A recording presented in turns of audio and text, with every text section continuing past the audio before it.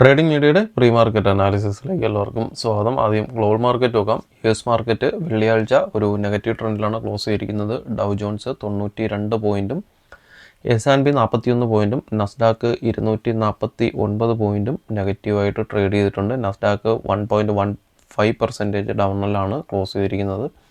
European മാർക്കറ്റും ഒരു negative ട്രെൻഡിൽ close ചെയ്തിട്ടുണ്ട്. പക്ഷേ നിഫ്റ്റി 32 പോയിൻറ്റ് പോസിറ്റീവായിട്ടാണ് ക്ലോസ് ചെയ്തിരിക്കുന്നത്.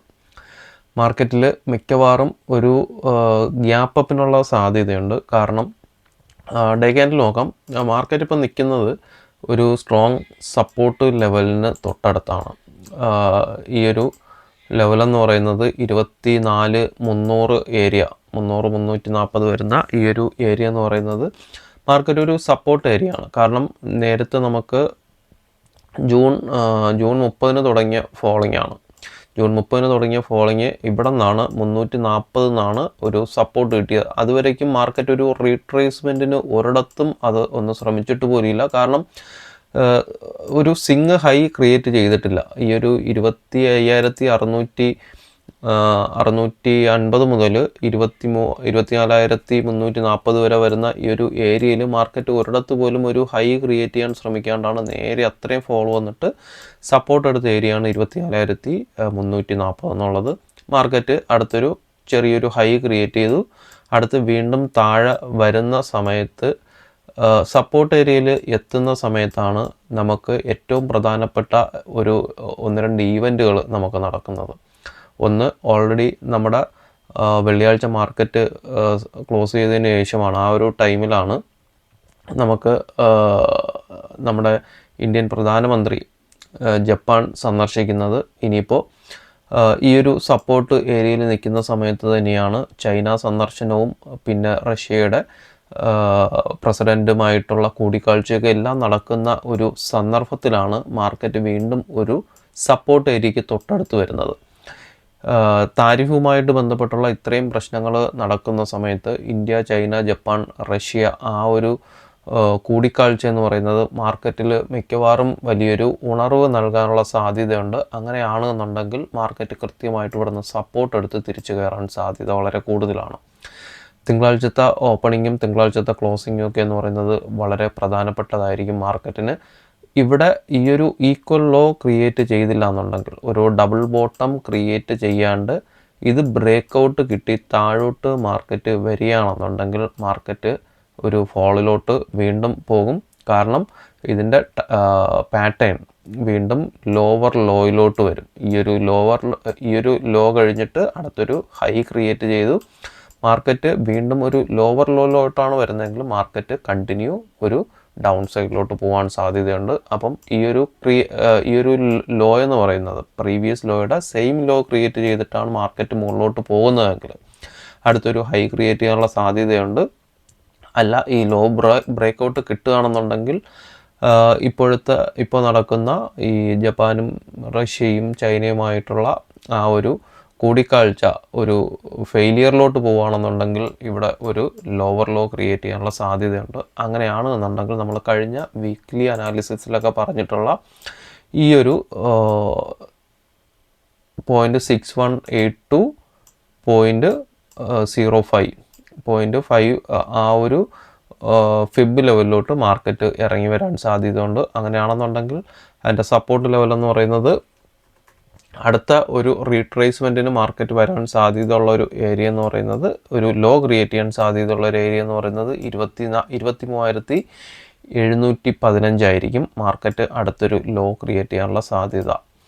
അപ്പോൾ ഇവിടെ നിന്ന് മാർക്കറ്റ് ഒരു ഡബിൾ ബോട്ടം ക്രിയേറ്റ് ചെയ്ത് നെക്സ്റ്റ് വീക്കല്ല, നമ്മളെ ഈ വരുന്ന വീക്ക് ഒരു ഗ്രീൻ ക്യാൻഡിൽ ഫോം ചെയ്യുകയാണെന്നുണ്ടെങ്കിൽ, weekly candle green candle form ചെയ്യുകയാണെന്നുണ്ടെങ്കിൽ മാർക്കറ്റ് മിക്കവാറും ഒരു ബുള്ളിഷിലോട്ട് പോകാനുള്ള സാധ്യതയുണ്ട്. അല്ല, ഈ ആഴ്ചത്തെ ക്യാൻഡിലും ഒരു റെഡ് ക്യാൻഡിലാണെന്നുണ്ടെങ്കിൽ പുതിയ ലോ ക്രിയേറ്റ് ചെയ്യേണ്ടി വരും മാർക്കറ്റിന്. അങ്ങനെയാണെന്നുണ്ടെങ്കിൽ ഡൗൺ ട്രെൻഡ് കണ്ടിന്യൂ ചെയ്യും. പിന്നെ ഈ ആഴ്ച മുതൽ നമുക്ക് നിഫ്റ്റിയുടെ എക്സ്പയറി ചൊവ്വാഴ്ചയാണ്. അതുപോലെ തന്നെ ചൊവ്വാഴ്ചയിലുണ്ടായിരുന്ന സെൻസെക്സിൻ്റെ എക്സ്പയറി വ്യാഴാഴ്ചയിലോട്ട് മാറിയിട്ടുണ്ട്. അപ്പം ശ്രദ്ധിക്കുക, 2 എക്സ്പയറികളും അങ്ങോട്ടും ഇങ്ങോട്ടും മാറിയിട്ടുണ്ട്. നമുക്ക് ഡേറ്റയിലോട്ട് പോവാം. ഡേറ്റ നോക്കുകയാണെന്നുണ്ടെങ്കിൽ കഴിഞ്ഞ വെള്ളിയാഴ്ച രണ്ട് കൂട്ടരും സ്ട്രോങ് ബൈയിങ്ങും സെല്ലിങ്ങും നടത്തിയിട്ടുണ്ട്. FIS സ്റ്റോക്കിൽ 8313 കോടിക്ക് സ്റ്റോക്കുകൾ സെല്ല് ചെയ്തപ്പോൾ DIs വാങ്ങിക്കൂട്ടിയിട്ടുണ്ട്. 11488 കോടിക്ക് സ്റ്റോക്കുകൾ ബൈ ചെയ്തിട്ടുണ്ട്. നെറ്റ് ബൈയിങ് ആണ് വന്നിട്ടുള്ളത്. ഓപ്ഷൻസ് നോക്കുകയാണെന്നുണ്ടെങ്കിൽ ഓപ്ഷൻസ് FIS കണ്ടിന്യൂ ബൈയിങ് തന്നെയാണ്. പുട്ട് ഓപ്ഷൻ ഏകദേശം 2.75 lakh quantity put option buy ചെയ്തിട്ടുണ്ട്. അറൗണ്ട് 75,000 കോൾ ഓപ്ഷൻ സെല്ല് ചെയ്തിട്ടുണ്ട്. ഫീച്ചേഴ്സും കണ്ടിന്യൂ ആയിട്ട് സെല്ലിങ് തന്നെയാണ്, അതിലൊരു മാറ്റവും വരുന്നില്ല FISൻ്റെ ഭാഗത്ത് നിന്ന്. പ്രോയും ഓപ്പൺ ഇൻട്രസ്റ്റ് അനുസരിച്ച് 1.88 lakh quantity put option buying ആണ്. അതുപോലെ തന്നെ കോൾ ഓപ്ഷൻ 64,000 അറൗണ്ട് 64,000 കോൾ ഓപ്ഷനും സെല്ലിംഗ് ആണ്. മാർക്കറ്റ് FISൻ്റെയും പ്രോയുടെയും ഡേറ്റ സൂചിപ്പിക്കുന്നത് മാർക്കറ്റ് വീണ്ടും ഒരു കണ്ടിന്യൂ ഡൗൺ ട്രെൻഡിലോട്ടാണ്. ക്ലൈൻറ്റ് പക്ഷേ അവിടെ സ്ട്രോങ് ബൈയിങ് നടത്തിയിട്ടുണ്ട്. Call option 94,656 put option around 5 lakh quantity put ഓപ്ഷനും സെല്ല് ചെയ്തിട്ടുണ്ട്. മാർക്കറ്റ് ഒരു സപ്പോർട്ട് ഇന്നത്തെ തിങ്കളാഴ്ചത്തെ മാർക്കറ്റ് ഒന്ന് കൺസോൾഡേറ്റ് ചെയ്യുകയാണെങ്കിൽ പോലും മാർക്കറ്റ് തിങ്കളാഴ്ചത്തെ ക്യാൻഡിൽ വലിയൊരു റെഡ് ക്യാൻഡിൽ ഫോം ചെയ്യാണ്ട് മാർക്കറ്റ് ഒന്ന് കൺസോൾഡേഷന് ശ്രമിച്ചു കഴിഞ്ഞാൽ മാർക്കറ്റ് മിക്കവാറും അവിടെ നിന്നൊരു സപ്പോർട്ട് എടുത്ത് തിരിച്ചു കയറാനുള്ള സാധ്യതയുണ്ട്. അങ്ങനെയാണെന്നുണ്ടെങ്കിൽ അതൊരു റിവേഴ്സ് പാറ്റേൺ ആയിരിക്കും. ഡേ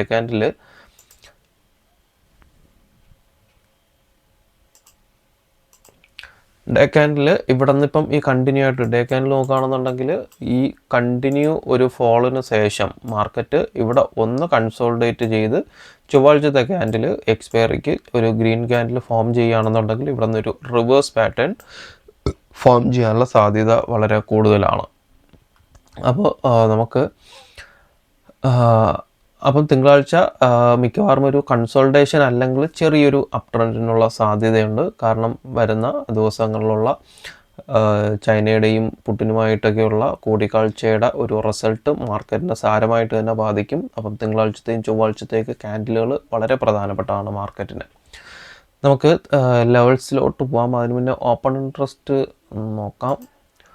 ഓപ്പൺ ഇൻട്രസ്റ്റും സൂചിപ്പിക്കുന്നത് ഒരു ഫുൾ റെസിസ്റ്റൻസ് ആണ്. മുകളിലോട്ടൊക്കെ നോക്കുകയാണെന്നുണ്ടെങ്കിൽ ഫുൾ റെസിസ്റ്റൻസ് ആണ്. 24,500 24,600 റെസിസ്റ്റൻസ് ആണ്. ഏറ്റവും കൂടുതൽ കോൾ റേറ്റിംഗ് നടന്നിരിക്കുന്നത് 25,000-ലാണ്. മാർക്കറ്റ് ഇപ്പം നിൽക്കുന്നിടത്ത് നിന്ന് തന്നെ ഏകദേശം 600 പോയിൻറ്റിന് മുകളിലാണ് ഏറ്റവും കൂടുതൽ കോൾ റേറ്റിംഗ് നടന്നിരിക്കുന്നത്. നമുക്ക് ലെവൽസിലോട്ട് പോകാം. തിങ്കളാഴ്ചത്തെ ലെവൽസിലോട്ട് പോകാം.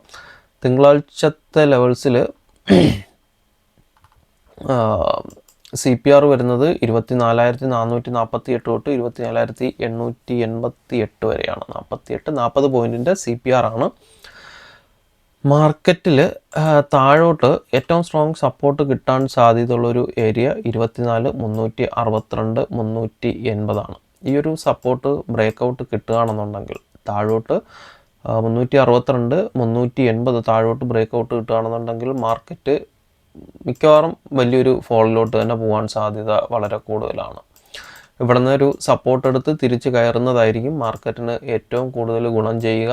അതുകൊണ്ട് തന്നെ ഇതൊരു മേജർ സപ്പോർട്ട് ഏരിയ ആയിരിക്കും 24,380 362 എന്നുള്ളത്. CPRന് മുകളിൽ ഒരു ഗ്യാപ്പ് അപ്പ് കിട്ടുകയാണെന്നുണ്ടെങ്കിൽ, കാരണം നമുക്ക് വേൾഡ് മാർക്കറ്റ് ഇപ്പം നെഗറ്റീവായിട്ട് നിൽക്കുമ്പോഴും ഗിഫ്റ്റ് നിഫ്റ്റി ചെറിയൊരു പോസിറ്റീവാണ് ട്രെൻഡ് കാണിച്ചിട്ടുള്ളത്. അപ്പോൾ ചിലപ്പം ഇപ്പോഴത്തെ ജപ്പാൻ സന്ദർശനത്തിൻ്റെയും ചൈന സന്ദർശനത്തിൻ്റെയും ഒക്കെ ഒരു എഫക്റ്റ് ചിലപ്പോൾ തിങ്കളാഴ്ച രാവിലത്തെ ഗിഫ്റ്റ് നിഫ്റ്റിയുടെ ഓപ്പണിങ്ങിൽ ഉണ്ടാകാൻ സാധ്യതയുണ്ട്.